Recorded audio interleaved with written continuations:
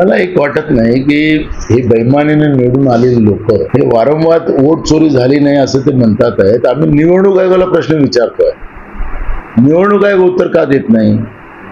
आणि आम्ही जे प्रश्न विचारलेले आहेत ते साधे सरळ प्रश्न विचारलेले आहेत आणि ते निवडणूक आयोगालाच उत्तर द्यायचं आहे. पण वोट चोरी झाली नाही हे बीजेपी सातत्यानं जेव्हा सांगते, बीजेपीचे नेते सांगतात, याचा अर्थच यांनी वोट चोरी करून हे निवडून आलेले आहे.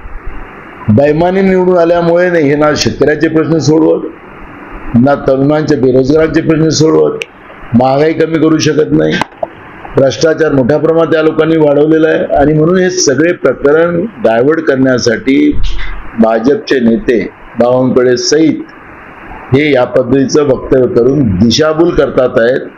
त्यांना या स्थानिक स्वराज्य संस्थेच्या निवडणुका हारायची भीती निर्माण झाली म्हणून वड्याचं तेल वांग्यावर आणि वांग्याचं तेल वड्यावर, आमच्याकडे जी म्हण आहे त्याप्रमाणे करतात आहेत.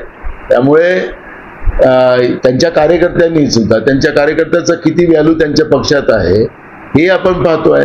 त्या पक्षाचे कार्यकर्ते आता भाजपचे असं वाटतं की आम्ही दऱ्याच उचलायसाठी आहोत का, याला इन्कमिंग त्याला इन्कमिंग पैसे देऊन कसं करतात आपण हे सगळं पाहतोय.